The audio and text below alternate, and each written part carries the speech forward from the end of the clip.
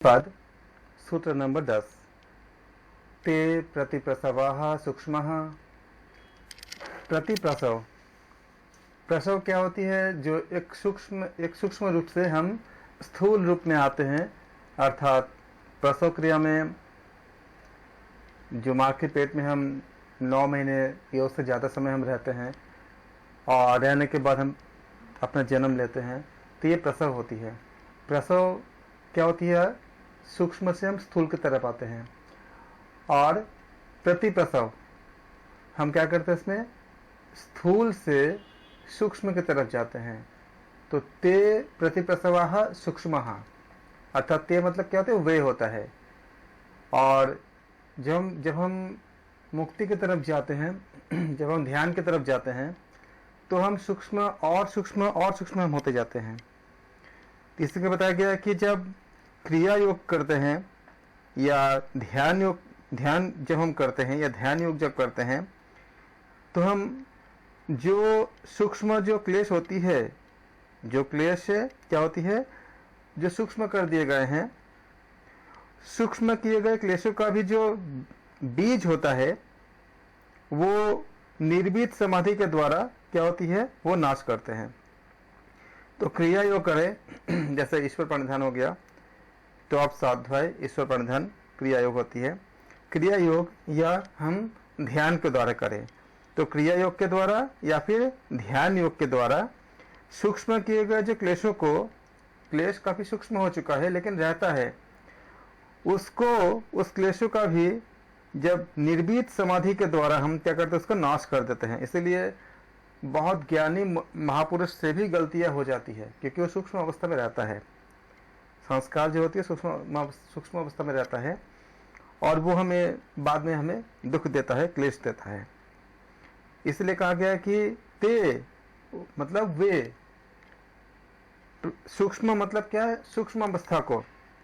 तो ते मतलब अर्थात वे, प्रतिप्रसवाः अर्थात चित्त को जिस कारण से वो उत्पन्न हुआ है, उस कारण में जो विलीन करते हैं, उस विलीन करने का जो विधि होती है, उसको हम साधन के द्वारा हम उसको संपूर्ण तरह उसको नष्ट करके, अर्थात वो जो हमारे क्लेश का जो सूक्ष्म कारण है, उसको हम नष्ट कर सकते हैं।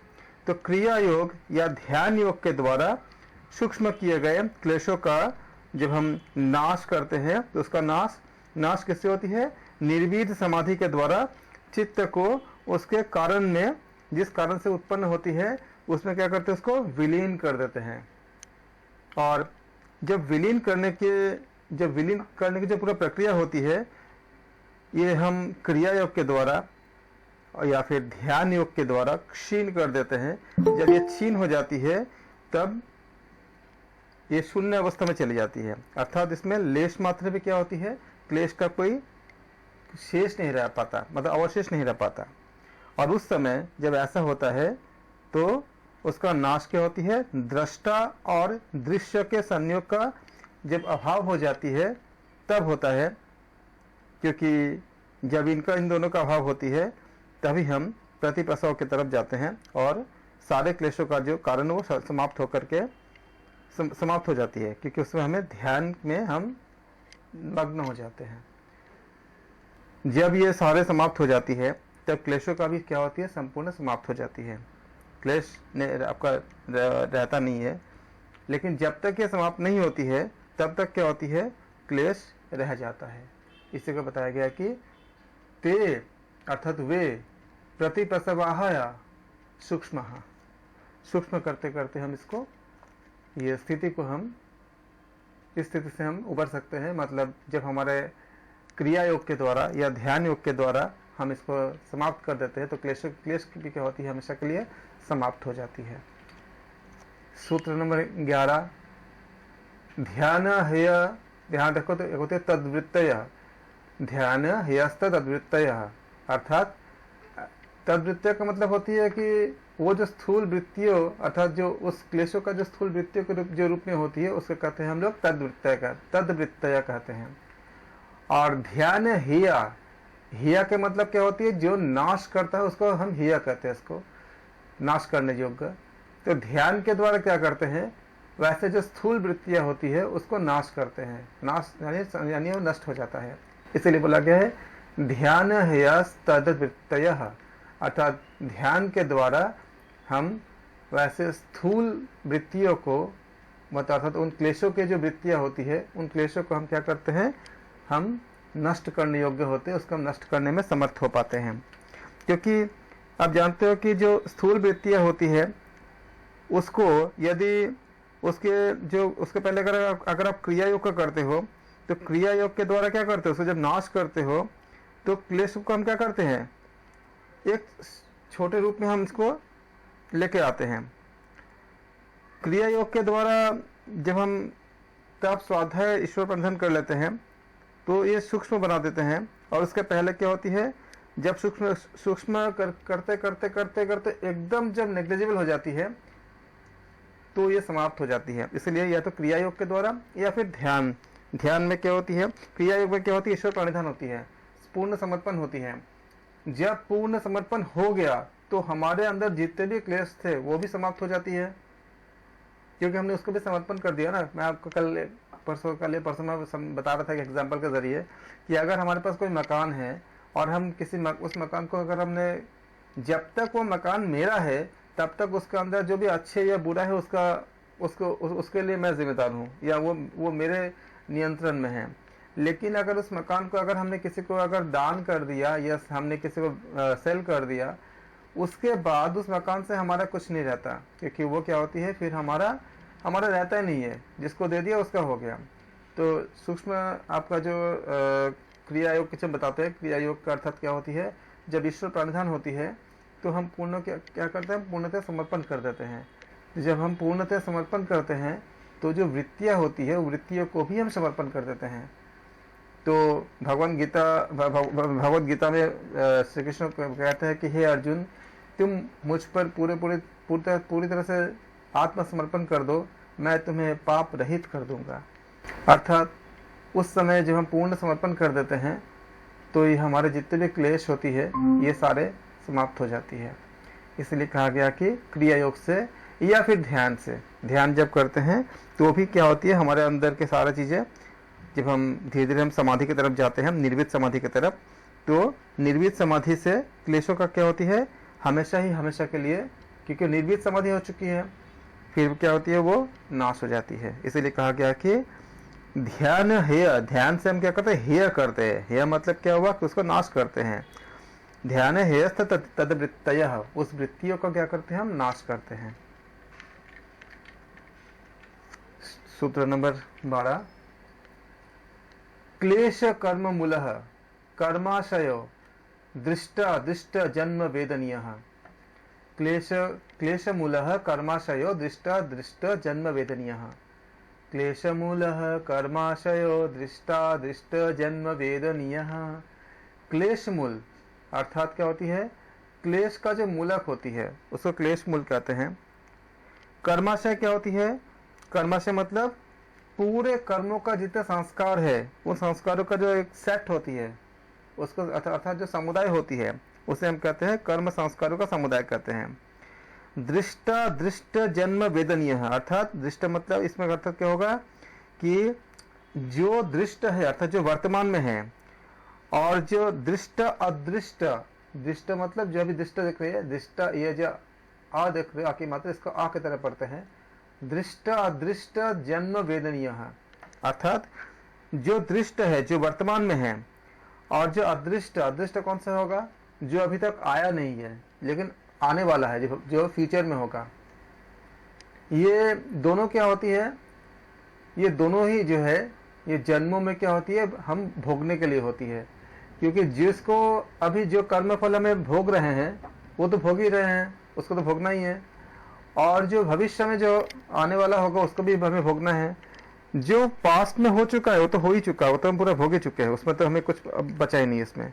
लेकिन हम किस पे काम करेंगे, जो कर्माशय अभी हम भोग रहे हैं और जो हम फ्यूचर में जो भविष्य में जो भोगेंगे, इसके ऊपर हमें काम करनी है, ताकि हमें इनके क्लेश से हमें दुख न मिले। तो कर्मों की जो संस्कार होती है ये कुल मिलाकर क्या होती है, 5 ही क्लेश जो हमने अभी पढ़ा, हमने अविद्या, अस्मिता, राग, द्वेष, अभिनिवेश होते हैं। कर्मों के संस्कार की जड़ क्या होती है? ऐसे ही इन्हीं किसी एक में होती है, मतलब 5 क्लेश में ही होती है। अविद्या इत्यादि क्लेशों के अगर अविद्या नहीं रहेगा तो बाकी भी काम नहीं कर पाएंगे। तो सबसे पहला आपका जनक कौन होते हैं? अविद्या रहते हैं। अगर अविद्या के क्लेश को अगर हम अगर नष्ट कर सकते हैं, अगर यानी कि अगर अविद्या के क्लेश अगर नहीं रहता है तो क्या होगा? कर्मों से कर्माशय नहीं बनेगा, और जो राग द्वेष या ऐसा कर सकते हैं, जो हम जो कर्म करेंगे वो क्या हो जाएगा आपका? जब अविद्या नहीं रहेगा तो राग द्वेष इत्यादि उसमें काम नहीं करेगा, यानी क्या हो जाएगा? वो राग द्वेष से रहित हो जाएगा। और जब कोई कर्म राग या द्वेष से रहित होगा तो बताओ कैसा कर्म होगा? वो एक्चुअली पूरा निष्काम कर्म होंगे। क्योंकि राग मतलब क्या है? किसी चीज के पाने की इच्छा या किसी चीज के प्रति आपका जो एक मतलब एक अटैचमेंट होती है, वो राग होती है। द्वेष क्या होती है? जब अब डिटैचमेंट होती है या जब किसी के प्रति कोई घृणा होता है या गुस्सा होता है, उसके जरिए जो होता है उसको द्वेष कहते हैं। ये दोनों ही क्या करता है? ये दोनों हमें नए कर्मों को जन्म देता है। अगर हम राग से करेंगे, अगर मतलब हमें किसी चीज के प्रति अगर लगाव रहेगा, ये भी एक हमें नए क्लेश का जन्म देगा। और अगर किसी के प्रति अगर द्वेष रहेगा, वो भी क्या करेगा? एक नए क्लेश को जन्म देगा। हम पहले के सूत्र में हम इसको अध्ययन कर चुके हैं। लेकिन अगर ये दोनों से हम ऊपर उठ जाए तो जो हमें मिलेंगे वो क्या कहलाएगा? वो राग द्वेष रहित वो निष्काम कर्म हो जाएगा। और जब निष्काम कर्म होती है तो पहले का जो संचित जो कर्माशय होती है वो नाश हो जाता है। क्योंकि निष्काम कर्म क्या करता है? सबको शून्य में ला देता है।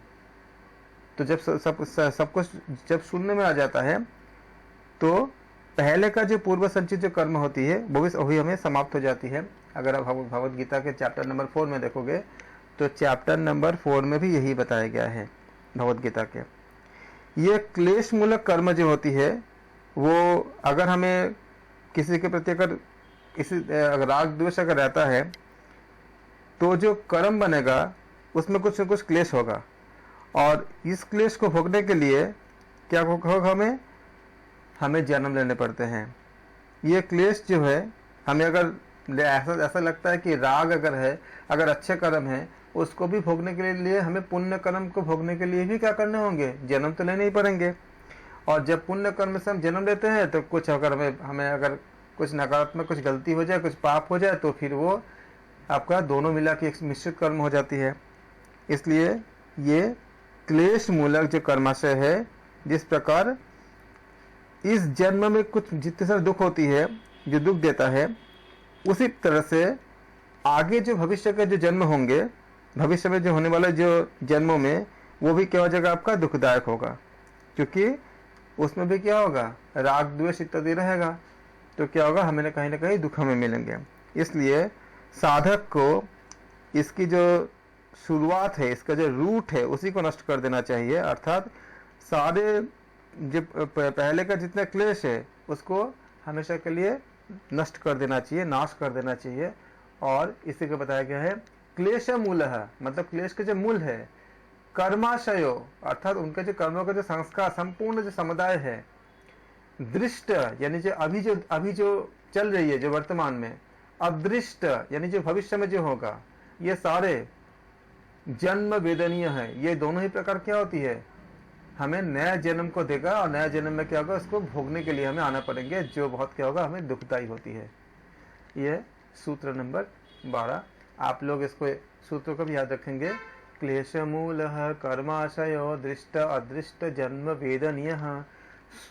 सूत्र की संख्या और सूत्र का अर्थ है, इन दोनों का अगर आप याद रखेंगे तो ये आपको बहुत हेल्प करेगा एग्जाम में। सूत्र नंबर 13, सती मूले तद्विपाक जात्युर्भोगा। सती मूल्य मतलब क्या होती है? जो उसके जो